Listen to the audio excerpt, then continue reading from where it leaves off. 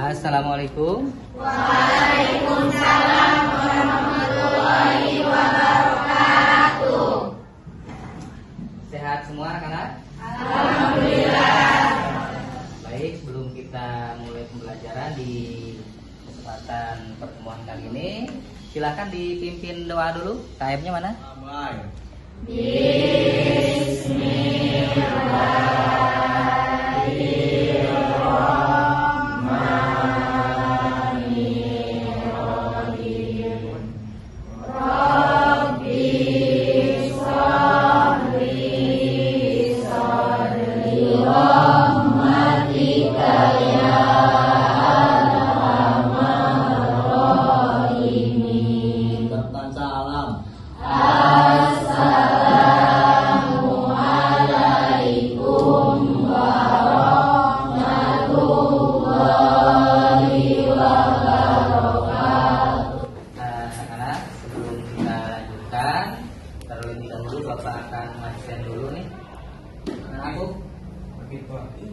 Izin apa sakit? Oke, nanti izinnya pada surat ya. Kemudian Lilis.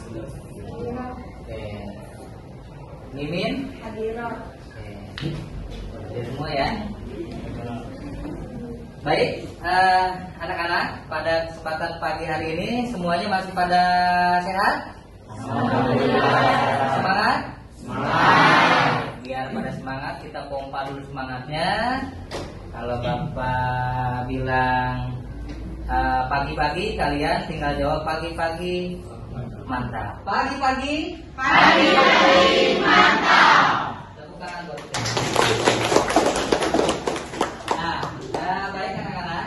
Pertemuan kali ini seperti halnya yang sudah kita lihat di depan tulis atau di layar monitor, bahwakannya kita akan belajar mengenai tentang yaitu bab 3, mempertahankan kejujuran sebagai cermin kepribadian. Sebenarnya materi ini adalah materi yang ada dalam kehidupan kita sehari-hari. Benar tidak? Benar.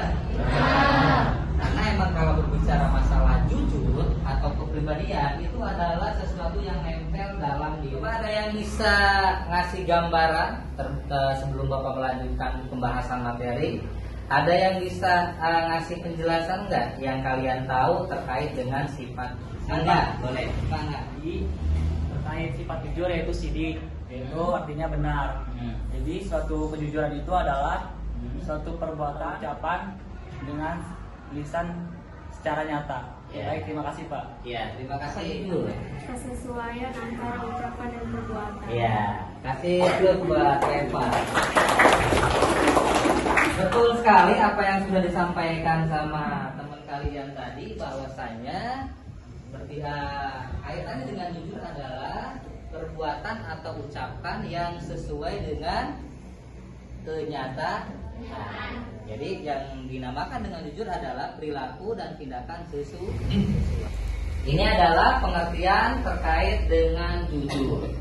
Nah, jujur di sini diartikan dalam bahasa adalah semakna dengan asidku, berarti yang diartikan dengan sidik itu berarti benar atau nyata. Itu kategori jujur. Selanjutnya, atau kalian sering melakukan itu? Nah, makanya ketika ada informasi, kalian jangan pelan. Itu bukan gosip kan? Gitu ya. Harus ada informasi yang jelas. Kemudian yang ketiga, tidak mengapa. Dan yang keempat, sesuatu yang baik yang tidak dicampuri berusaha. Sesuatu yang baik tidak dicampurkan dengan berusaha, dengan kebohongan-kebohongan. Harus jujur gitu. Oke, selanjutnya. Sifat jujur. Imam Al-Ghazali membagi sifat jujur atau benar sidik sebagai berikut. Jujur dalam niat atau berkehendak, yaitu tiada dorongan bagi seseorang dalam segala tindakan dan gerakannya selain dorongan karena Allah Subhanahu wa taala. Jujur dalam perkataan lisan, yaitu sesuainya berita yang diterima dengan yang disampaikan. Setiap orang harus dapat memelihara sikap beramal dengan sungguh-sungguh sehingga perbuatan jahilnya tidak membuat kehendak. Jadi ternyata jujur pun harus diniati nih. Ya, jangan sampai yang jelek kalian diniatin, yang bagus tidak diniatkan. Maka kejujuran pun harus kalian niatkan dalam hati. Ya.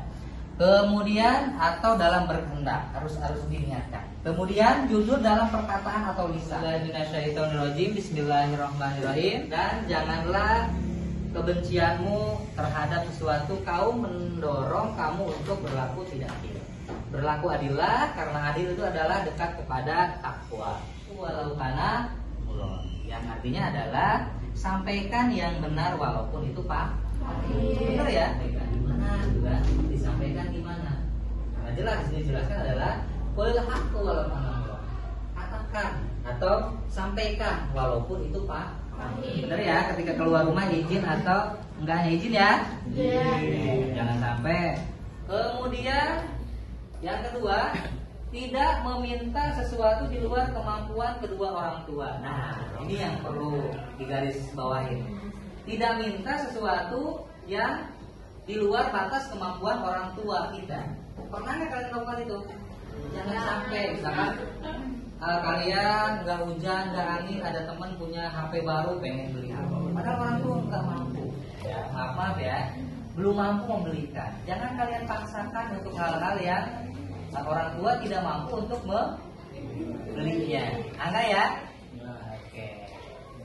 Kemudian yang ketiga, mengembalikan uang sisa belanja meskipun kedua orang tua tidak mengetahuinya. Nah, ini suka suruh beli misalkan cabai, bawang gitu kan, beli bensin gitu kan, suka dikembaliin ke uang ini?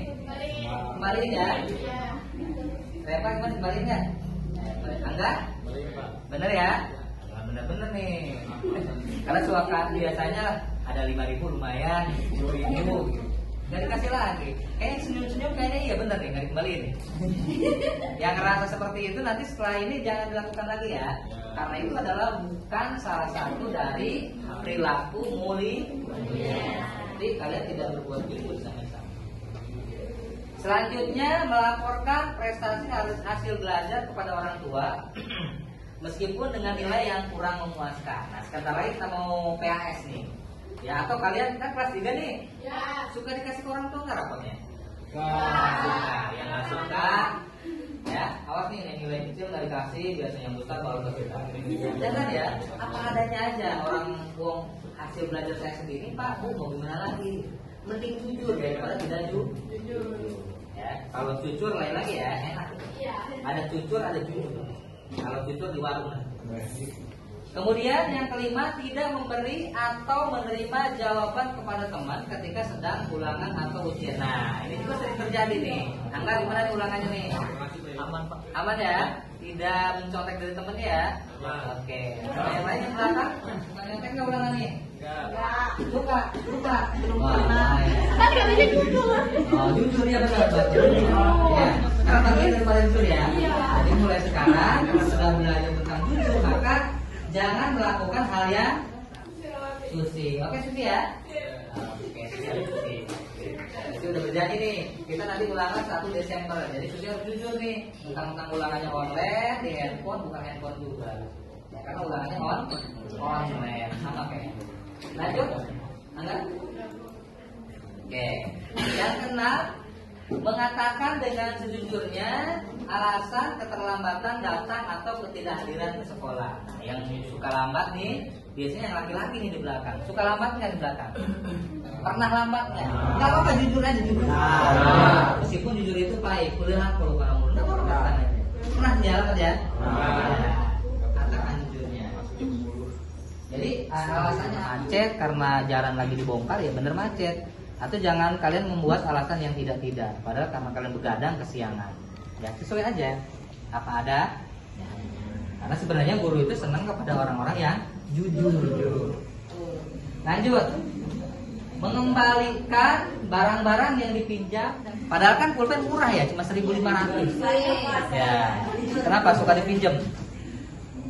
Pinjam nggak kembaliin. Undangan orang lain ketika tidak ada hal yang dapat menghalanginya. Nih yang suka dapat undangan nikah, meskipun mantan ya kalau diundang datang. Ya, bener nggak? Ya kalau nggak bisa datang ya minta izin lah dengan baik-baik. Mungkin nggak bisa datang ada hal lain dan sebagainya yang mengganjal. Lanjut. tidak menjanjikan sesuatu yang tidak dapat memenuhi janji tersebut. Jadi kalian jangan membuat janji kalau tidak bisa menepati, ya. Dan sekarang nih yang suka janji-janji bohong ya, enggak ya? Janji manis, jangan suka berjanji kalau tidak bisa menepati. Janji palsu. Kemudian mengembalikan barang yang ditemukan kepada pemiliknya atau melalui pihak yang bertanggung jawab. Nemu uang misalkan ya, atau nemu kunci, jangan disumputin. Menurut temannya nyari kunci sekelas malah disumputin. Jangan ya. Nih, KM nih harus bertanggung jawab nih kalau ada yang hilang-hilang ya. Nah, diamani, dikasih ke sampah atau ke yang bertugas hari ini di sekolah. Yang terakhir, membayar sesuatu sesuai dengan harga yang telah disepakati. Jangan sampai kalian punya pinjaman atau beli barang, perjanjian awal 10.000, kalian pengen bayar 5.000 dengan alasan belanja. Jangan ya. Kalau udah sepakat ya harus dibayar dengan sesuai yang kita pinjam. Oke, masih ada nggak? Oke, sudah selesai pertemuan kali ini tentang pembahasan yaitu mempertahankan kejujuran, cermin dari kepribadian. Mungkin itu yang bisa Bapak sampaikan. Sebelum ditutup ada yang bertanya lagi ada? Jika tidak ada, maka pertemuan kali ini sama-sama kita tutup dengan membaca lafaz alhamdulillah. Wassalamualaikum warahmatullahi wabarakatuh. Waalaikumsalam warahmatullahi wabarakatuh.